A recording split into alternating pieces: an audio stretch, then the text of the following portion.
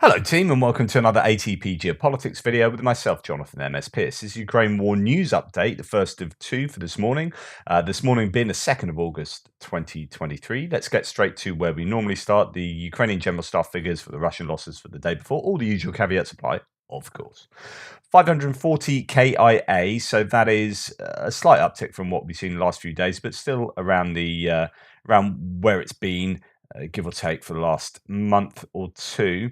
One tank, 8 APVs, so a drop in both of those categories. 27 artillery systems and one multiple launch rocket system. So 27 is a heavy day for the Russian losses in that category. Again, that's nothing unusual. What we would expect at the moment. The Ukrainians really trying to put a lot of pressure on the Russian artillery. With counter battery fire, with HIMARS strikes. I saw a Scion, a big old Russian howitzer get taken out by, I don't know, could have been a HIMARS with their tungsten ball bearings or whatever inside, is being thrown out. But certainly, HIMARS are being used.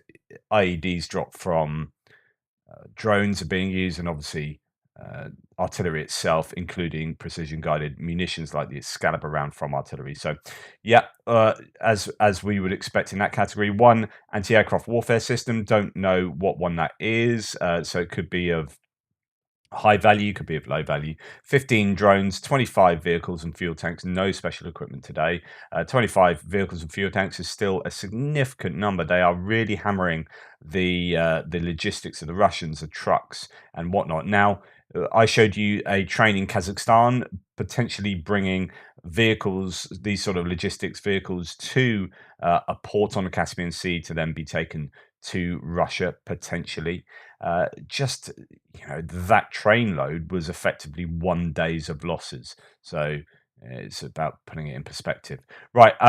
As far as the comparative losses are concerned, Andrew Perpetua, who's doing this now, I think on a daily basis, looking at the videos that he sees and tossing up whether the losses are Russian or Ukrainian. It's a bit like Oryx, possibly at the moment somewhat more anecdotal. I don't know if it's as organized, although this looks very organized, but with all the sources and it's not his primary objective, whereas Oryx, that is what they do, but it's still really useful. So with his yesterday's totals, it looks almost not like for like, but a parity of the number of pieces of kit lost. As far as the types of vehicles lost, the thing that stands out here is a loss of a Ukrainian helicopter, Mi-24 there. And that is him. Ukrainian Mi-24 was shot down near the village of Mikhailovka in the Kherson region on the right bank of the Dnipro. So that is a loss for the Ukrainians, of course. And as I always say, it's not just the loss of a helicopter, it's loss of the trained crew as well. So that'd be a big loss for the Ukrainians. Now, when it comes to Oryx, they have 26 Ukrainian losses and they have 38 Russian losses, so slightly more for the Russians, and quite heavy on the infantry fighting vehicle losses and the artillery pieces and some short range air defense systems as well, and pieces to go with that. So a bit of a spread of the equipment as far as the Ukrainians are concerned. Another Strela there, so both lost a Strela. That's a short range air defense system, and then sort of mainly BMPs, sort of infantry fighting vehicles of various types, and MRAPs, mine-resistant ambush protection vehicles. There are 4 tanks on there, one of which is a Leopard 2, a damaged one. So that's to add to the list. Here we have a Russian Lancet destroying a wooden Iris T decoy. This is... Yeah, thanks for that.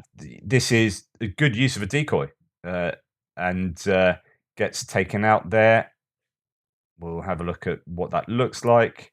And there you can see it definitely looks like wood. There's no real explosive smoke and what you'd normally expect if it was not a decoy, but was a real one. And in fact, there's no cooking off.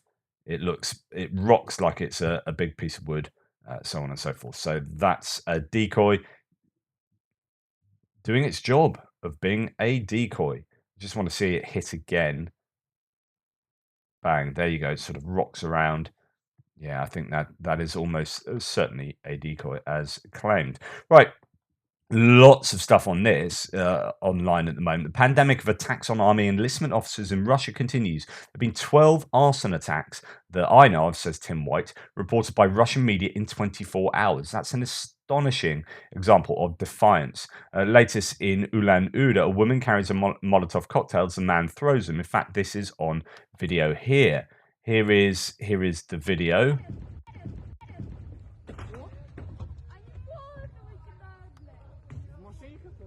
She's just got all the Molotov cocktails in her bag. He's like, yeah, no, I'll have another couple. All right, dear. Yeah, no problem.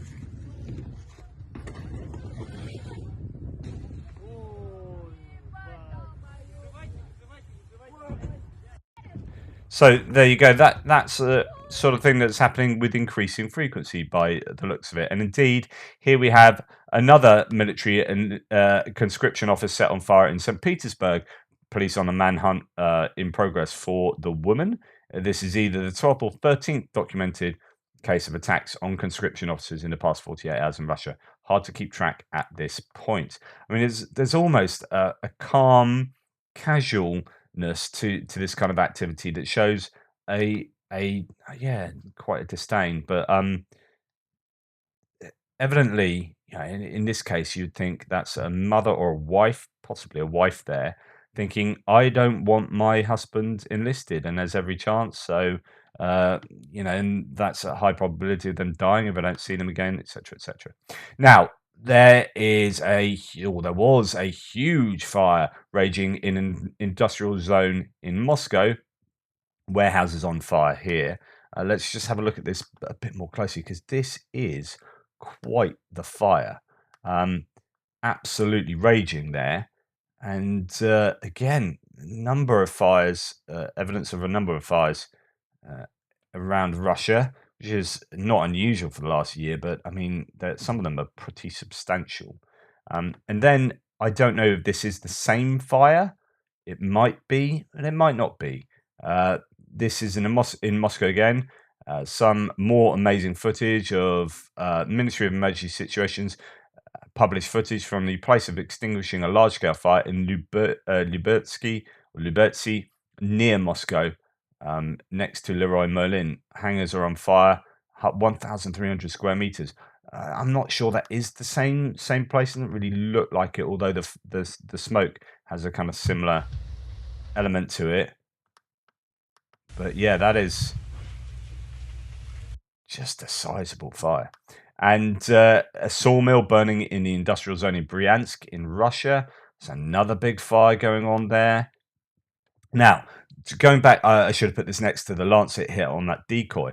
Russians are focusing on using Lancets. The use of Lancets more than doubled in July compared to June. The number of episodes in July is greater than the entire year of 2022. That is massive, and think that how much issue that is giving to the Ukrainians. So if you remember how many pieces of Lancet footage we saw in the whole of 2022, and you think July was greater than that entire year. So just incredible. Regarding efficiency, they claim that half the targets were damaged and 1/3 destroyed. Artillery was the main target, followed by tanks and armored vehicles. However, personally, I've seen some videos of these attacks, and despite the warhead's ability to penetrate the side and roof of the tanks, it seems difficult to aim with accuracy, probably due to the high speed of the terminal phase against moving vehicles. Contrary to some Western analysts, this rise is another step in Russia ramping up their industrial production, as I've been reporting for several weeks, says Patricia Marins. Now, be warned, this person is not um, a reputable source, a reliable source here. This is basically a Russian troll, as far as I can work out. The Ukrainians have also increased their usage of drones, particularly long-range drones. Now, I don't know that this is at all verifiable, but even if it's like half true, the idea is that the Russians are using a lot more Lancets at the moment than they have been. I've seen some Lancet footage. I don't know that I've seen threads flooded. Unfortunately, one of the sources I was using that documented loads of Lancet drone footage has stopped posting. I think it was actually a Turkish source, due to not having time to do X, Y, and Z, and that's a real shame because actually I was getting quite a lot of synthesized evidence of Russian hits there. But yeah, whether that's fully true, I don't know. But the general idea is that the Russians are still using Lancets in meaningful quantities. Going on to long distance strikes here. Not that Lancets aren't, right? Overnight, Russians attacked Ukraine with Shahed drones. A total of 23 were shot down. Unfortunately, some drones hit grain facilities in Odessa. The terror by Russia with the goal of to create a worldwide famine is continuing, and the world is watching, says Nell reports. So there were hits on Odessa and possibly Ismail. So view from Romania across the border. Russia continues to bomb the grain stores of the Danube River port in Ismail, southwest Ukraine, with Shahed drones. So this is right next to the border. Indeed, there were claims of Romanian ships being damaged when Ismail was previously targeted with missiles. This time it's with drones, and some are getting through, causing damage. Here we have some evidence of that. So this is a photo of the destruction to the port infrastructure in the Odessa region. This might well be Ismail, and this will affect the ability of Ukrainians to load grain and export goods in Ismail and neighboring areas. So that is a real challenge for the Ukrainians. The Ukrainians themselves have been really busy the last 24 hours with HIMARS, with Storm Shadow. Thomas Timer was talking about how pro-Russian sources were ridiculing the Ukrainians at the beginning of receiving Storm Shadows, saying you're only going to fire like a dozen. So far, they've fired like over 160. And he's like, yeah. And actually, they are really active with Storm Shadows and with HIMARS at the moment, as mentioned. So something is going on in Crimea. Again, explosions were reported in the Vardiska area north of Simferopol. So this is sort of in the middle to the south, just north of Simferopol, if you know where that is. Also, traffic on the Crimean bridge is temporarily stopped. I mentioned this yesterday. That happens multiple times a day, it appears. Here is another strike, Sevastopol right now. Local channels right. It's also loud in Cape Fiolent Bay to the south of Sevastopol. Not quite sure what is being targeted. Explosions are being heard in Mariupol. Russian sources say storm shadows are being used. It's also reported loud explosion was heard in the center of Manhush, west of Mariupol. Russian sources claim a rocket was shot down over Mariupol. And then here there's evidence of the ATB market in Kuchatov Street, Mariupol. Unclear what's been hit or what happened. So there's evidence of Mariupol and the areas around Mariupol being targeted. And then up in Russia-controlled Zelnyanki near Makivka, so that's much further up in Donetsk Oblast, a Russian ammo depot was hit by the Ukrainians, which resulted in munitions cook-off and secondary explosions. That kind of thing happens, very regularly. Ammunition dumps getting hit. Now, this is so some footage possibly from maybe a Bayraktar drone or something, but this is in Jalihach. Don't know if that's correct pronunciation. Almost certainly not. Which is an island, but actually it's not quite an island as far as I can work out. So I I previously reported that this island, which is south of Kherson, see if I can get a better idea of where that is. So you've got Crimea, and then you've got Kherson Oblast there, and just to the south of that, there is an island that you can see there, but it is joined by a very narrow sort of sandbar, so it's more like an isthmus really than an island. And along this sandbar, HIMARS struck 5 times. And there's a video here, but you don't actually see the explosions. Are only from very much a distance, but you do see the accumulation of troops.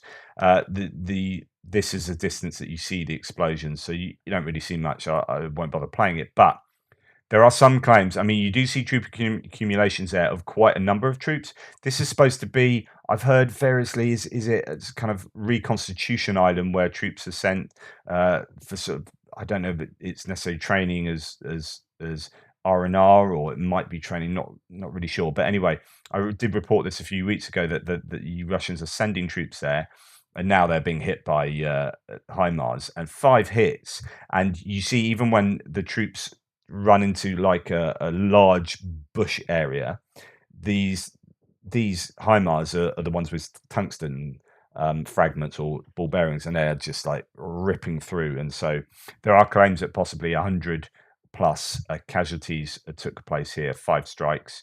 Wouldn't surprise me at all. There are. If I just show you, this isn't inappropriate, but at the beginning you can see the number of troops. You see that quite a lot of troops there. That's just one area truck, and that may be what, 50 troops or so, and all around here, maybe even more, just in that one area. So 5 places along that sandbar were hit by HIMARS. So anyway, that's that on the strikes, the distance strikes front. Now we're going to other bits and pieces. Just thought I'd show you the use of demining sort of Miklik, or it's not actually, it's similar. I think it's UR-77. That's quite some footage. But yeah, so still mining is still an issue, or mines are still an issue, and needing to. There's this consistent need to demine.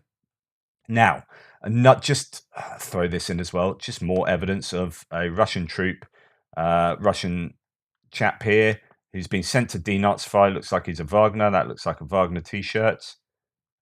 There has been sent to, yep, it is. It's been sent to denazify Ukraine, is absolutely covered in Nazi tattoos. So, yeah.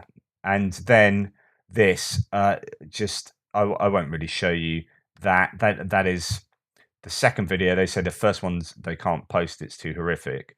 But basically, this is how Wagner treat their troops. So Ukrainians have found interesting videos on the phone of a liquidated Wagner member, which clearly demonstrates their attitude towards their own in the Russian army. The first video is not published due to excessive brutality. But basically, they just murder. They torture and murder one of their comrades, and it's horrific. In the second video, the Wagnerites mock a group of comrades.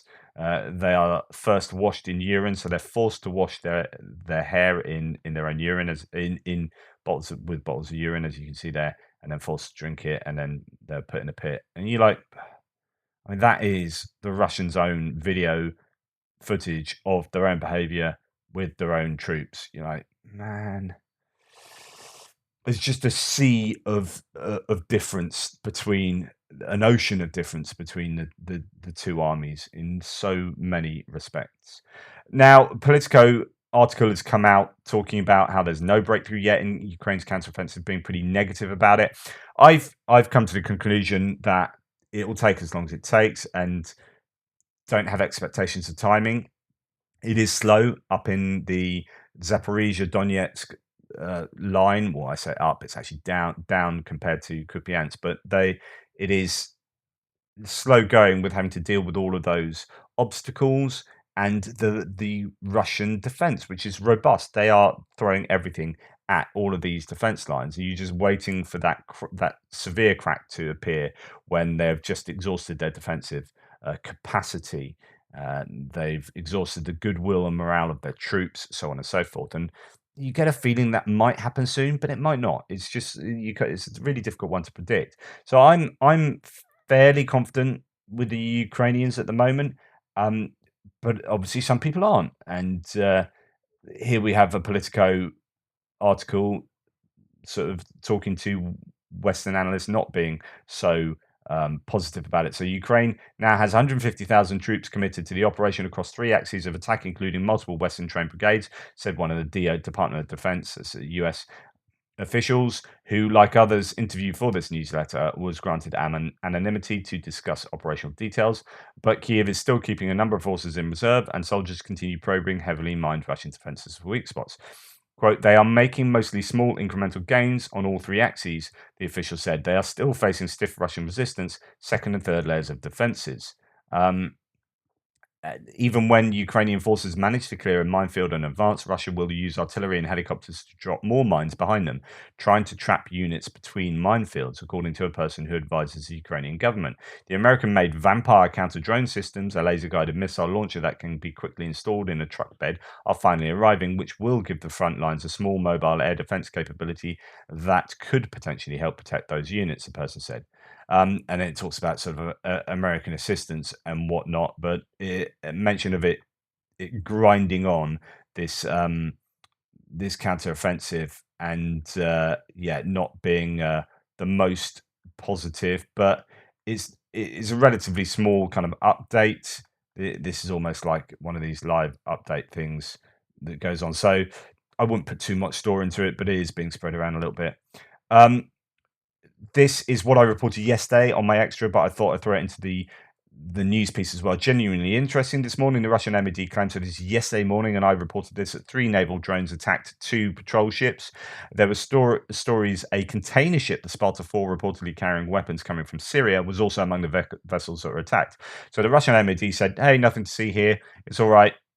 We destroyed all 3 drones, job done. But Russian sailors, after the attack, reportedly asked for evacuation in intercepted conversations between the crews of the Ka-29 helicopters involved in the evacuation and Coastal Aviation Services. Coordinates of the vessels are transmitted and a number of casualties were specified. There's been talk about 1 dead and 5 wounded, while also talking about the need for border guards for custom clearance. What is meant with the latter is unknown, but it's likely related to the cargo. It seems a lot more damage was done than Russia, like usual, is willing to admit. So, yeah, could be more damage to those vessels than the Russians are letting on. Okay, this is just another kind of similar to the Wagner stuff I've mentioned. So this is how Russia suppresses negativity, says no reports. Russian mobilized soldier Stanislav Revsky, who wrote down an appeal and complained that he was kept in a basement along with other military men because he asked for a vacation, was reportedly killed the same day he published the video in mysterious circumstances. So here's a Russian soldier complaining and then basically dying. And a terrible coincidence. A man screamed for help, but after a few hours, there's no one to help. Fate played a cruel joke, or the video message caused death remains a mystery. Um, and that's from a Russian channel. So this kind of thing goes on, doesn't it? With regularity in the Russian armed forces, it seems. But then you talk about all these things, and you say, "Oh, morale is low. Surely they're going to break," and it seems to be breaking. There are isolated reports of perhaps a little bit of mutiny here, but there are a number of people complaining now. What's important is to try and maybe link these to activity like where is it like this these videos get back to family members, and family members who might have other people who are going to be potentially mobilized go out and firebomb these institutions, these organizations, these conscription officers. Connecting these two, I think, is probably fairly sensible. And the more videos that get out of discontented Russian soldiers, and the more you hear about even their deaths or perhaps even torture at the hands of Wagner themselves, then the more likely you are going to get instances like this. Anyway, that's the first of 2 today. Please like, subscribe, and share. Appreciate your support. Take care, and I'll speak to you soon.